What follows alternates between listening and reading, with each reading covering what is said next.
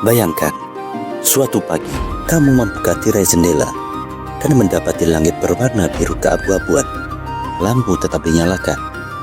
Tak ada semburat jingga, tak ada sinar yang memantul di atas salju. Jam menunjukkan pukul 9.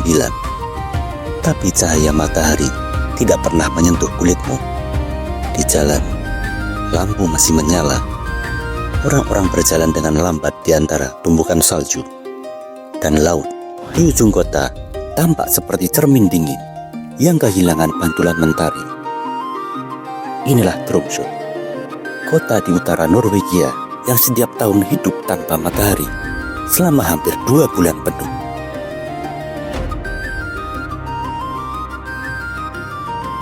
Fenomena ini disebut polar night atau malam kutub. Terjadi karena kemiringan sumbu bumi membuat sinar matahari tidak pernah mencapai cakrawala di wilayah lingkar Arktik di Tromsø. Periode gelap berlangsung dari akhir November hingga pertengahan Januari. Wikipedia mencatat, karena dikelilingi gunung-gunung, warga kota ini tidak melihat matahari dan sekitar 21 November hingga 21 Januari. Bagi mereka, waktu seakan berhenti di bawah langit malam. Namun, Tromsø bukan kota yang tertidur. Meski kegelapan memenjarakan, setiap pagi warga tetap bekerja, anak-anak tetap ke sekolah, dan kafe-kafe tetap buka. Awalnya sulit, tapi kami belajar mencintai cahaya yang tersisa, kata Ingrid Johansen, seorang guru taman kanak-kanak yang diwawancarai media lokal Nordlys. Kami menyalakan lilin, lampu, dan hati kami sendiri.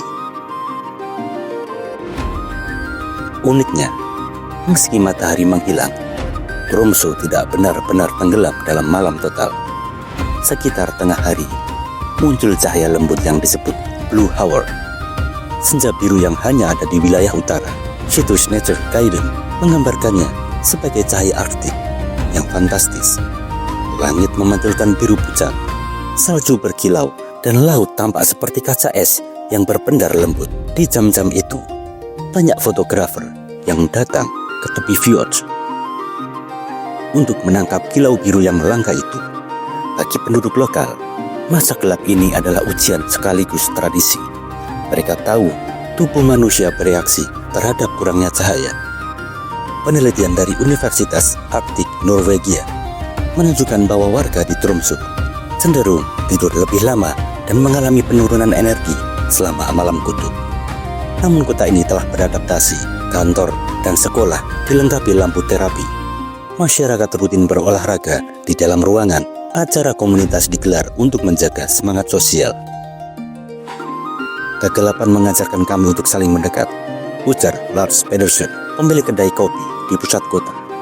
Di kafenya, lampu kuning menggantung rendah, musik jazz mengalun pelan, dan orang-orang berbicara lembut, seolah berusaha menenangkan malam yang panjang. Kita bisa saja menunggu matahari datang, tapi lebih baik kita menciptakan terang kita sendiri. Dalam kegelapan panjang itu, Tromsø justru memamerkan salah satu keajaiban alam paling memukau di dunia. Aurora Borealis, cahaya hijau menari di langit malam, seolah menggantikan matahari yang seolah beristirahat panjang. Kau bisa melihatnya saat udara dingin benar-benar bersih, kata seorang pemandu wisata lokal dalam artikel The Norwegian Standard.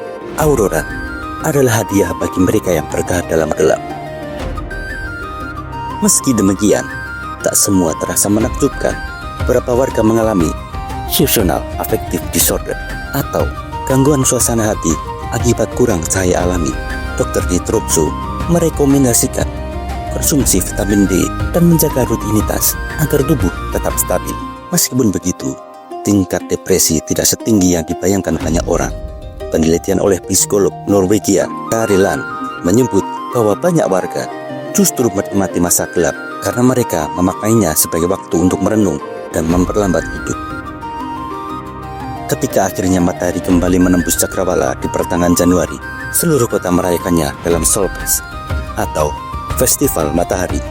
Anak-anak berkumpul di halaman sekolah sambil menyanyikan lagu-lagu tradisional. Orang dewasa berdiri di bukit menatap sinar pertama yang muncul di balik gunung. Rasanya seperti bertemu teman lama yang lama sekali pergi, kata Ingrid sambil tertawa. Dari luar, 2 bulan tanpa matahari terdengar seperti penderitaan. Tapi bagi warga Tromso, kegelapan bukanlah musuh, melainkan ruang tenang untuk menemukan makna lain dari terang. Mereka hidup dengan ritme yang tak bergantung pada matahari, dan mungkin justru disitulah pelajaran terbesar bagi kita yang terbiasa dengan siang yang berlimpah cahaya, bahwa terang sejatinya tak selalu datang dari langit, melainkan dari hati yang tahu bagaimana bertahan meski terkurung dalam kegelapan.